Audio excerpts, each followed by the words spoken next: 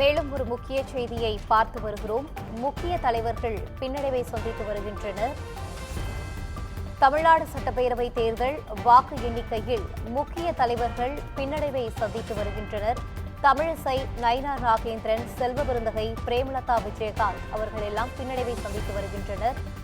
L Murugan, Vanathi Srinivasan ஆகியோரும் பின்னடைவை சந்தித்து வருகின்றனர். முக்கிய செய்தியாக பார்த்து வருகிறோம். முக்கிய தலைவர்கள் பின்னடைவை சந்தித்து வருகின்றனர். 2026 தமிழ்நாடு சட்டப்பேரவை தேர்தல் வாக்கு எண்ணிக்கையில் முக்கிய தலைவர்கள் பின்னடைவை சந்தித்து உள்ளனர். இதுகுறித்த கூடுதல் விவரங்களோடு இணைகிறார் எமது சிறப்பு செய்தியாளர் கிருபா. கிருபா, வணக்கம். வாக்கு எண்ணிக்கை பல சுற்றுகளாக நடைபெற்று வருகிறது. இந்நிலையில் முக்கிய தலைவர்கள் பின்னடைவை சந்தித்து வருகின்றனர். இது பற்றிய முழு விவரங்கள் கிருபா. தமிழக சட்டப்பேரவை தேர்தலுக்கான வாக்கு எண்ணிக்கை தற்போது விறுவிறுப்பாக நடைபெற்று வருகிறது. முதல் சுற்று, இரண்டாம் சுற்று என வாக்கு எண்ணிக்கையானது மிகவும் தீவிரப்படுத்தப்பட்டு எண்ணப்பட்டு வருகிறது. இதன் அடிப்படையில் பார்த்தால் ஆரம்பத்தில் 2ஆம் இடம், 3ஆம் இடம் என முன்னிலை வகித்து வந்த தாவேகா தற்போது அறுதி பெரும்பான்மையாக முன்னிலை வகித்து வருகிறது. தற்போதைய நிலவரங்களின்படி தாவேகா 100க்கும் மேற்பட்ட இடங்களில் முன்னிலை வகித்து வருவதை பார்க்க முடிகிறது. குறிப்பாக தமிழ்நாடு, சென்னை உட்பட தமிழ்நாட்டின் பல்வேறு பகுதிகளிலும் தாவேகா முன்னிலை வகித்து வருகிறது. அதன்படி பார்த்தால் தற்போதைய நிலவரப்படி 100 தொகுதிகள் பெற்று தாவேகா சதம் அடித்திருக்கிறது. தொடர்ந்து அங்கு முன்னிலை வகித்து வரும் நிலையில் இந்த வாக்குகளானது எண்ணப்பட்டிருக்கிறது.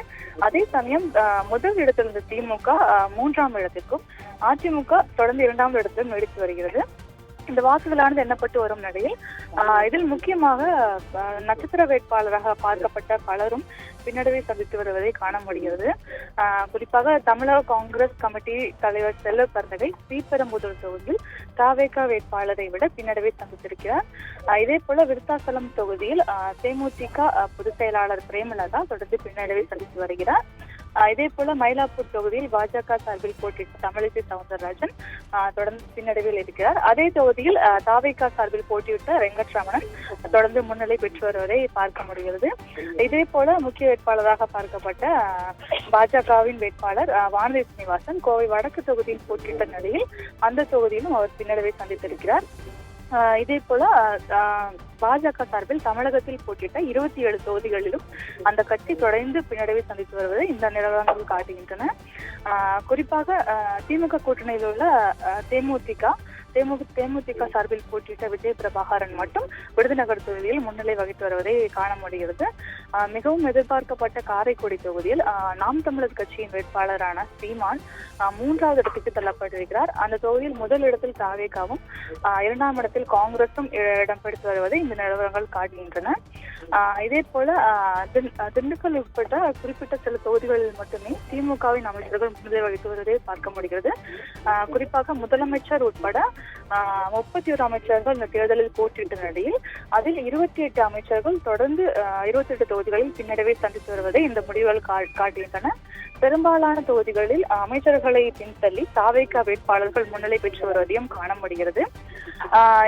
இதில் குறிப்பாக பார்க்க வேண்டுமென்றால் எடப்பாடி தொகுதியில் தாவேகா வேட்பாளராக களமிறக்கப்பட்ட நபர் அவர் சுயேட்சையாக போட்டியிடும் நிலையில் அவர் தொடர்ந்து எடப்பாடி பழனிசாமிக்கு அடுத்தபடியாக 2வது இடத்தில் இருக்கிறார். இதில் குறிப்பாக அந்த தொகுதியில் அவர் தாவேகா வேட்பாளராக களமிறக்கப்பட்டு பின்னர் அவர் சுயேட்சையாக போட்டியிட்ட நிலையில் விசில் சின்னத்திற்கு பதிலாக வேறு ஒரு சின்னத்தில் போட்டியிட்டிருந்தார். ஆனாலும் கூட விசில் சின்னம் என்று அல்லாமல் அந்த சுயேட்சையாக போட்டிட்டாலும் கூட விஜயின் ஆதரவு என்ற அடிப்படையில் அவருக்கு அதிகமான வாக்குகள் பெறப்பட்டிருப்பது தெரிய வந்திருக்கிறது. இதனால் எடப்பாடி தொகுதியில் எடப்பாடி பழனிசாமிக்கு அடுத்தபடியாக தாவேகா வேட்பாளர் முக்கிய இடத்தில் முன்னிலை வகித்து வருவதை பார்க்க முடிகிறது. இதே போல சாத்தூர் தொகுதி நயினா நாகேந்திரனுக்கு ஒரு முக்கிய தொகுதியாக இருந்தாலுமே கூட அந்த தொகுதியிலும் அவர் தொடர்ந்து பின்னடைவை சந்தித்து வருகிறார். இதே போல தாவேகா மொத்தமாக எடுத்துக்கொண்டால் தாவேகா 100 தொகுதிகளுக்கு மேல் முன்னிலையில் இருக்கும் நிலையில் தொடர்ந்து ஆட்சி அமைக்க தேவை 118 தொகுதிகள் என்பதால் தாவேகா தொடர்ந்து 100 தொகுதிகளுக்கு மேல் முன்னிலை வகித்து வருகிறது. இறுதி முடிவுகளின் அடிப்படையில் தாவேகா 118 தொகுதிகள் என்ற அடிப்படையில் வெற்றி பெற்றால் இந்த தேர்தலில் தாவேகா ஆட்சி அமைக்கும் என்பதை கணிக்க முடியும். தொடர்ந்து தாவேகா முன்னிலை வைத்து வரும் நிலையில் திமுக 3வது இடத்திலும் அதிமுக 2ஆம் இடத்திலும் முன்னிலை வகித்து வருகின்றன. தற்போதைய நிலவரங்களின் அடிப்படையில் அடிப்படையில் திமுக 58 தொகுதிகளிலும் அதிமுக 78 தொகுதிகளிலும் தொடர்ந்து முன்னிலை வகித்து வருகின்றன. இந்த வாக்குகளானது தொடர்ந்து எண்ணப்பட்டு வருகிறது. இந்த விவரங்கள் மதியத்திற்கு மேல் இன்னும் தெளிவாக தெரிய வரும் என்பதால் தொடர்ந்து வாக்கு எண்ணிக்கையானது நடந்து வருகிறது. 4வது சுற்று அடிப்படையில் தொடர்ந்து வாக்குகளானது எண்ணப்பட்டு வருகிறது.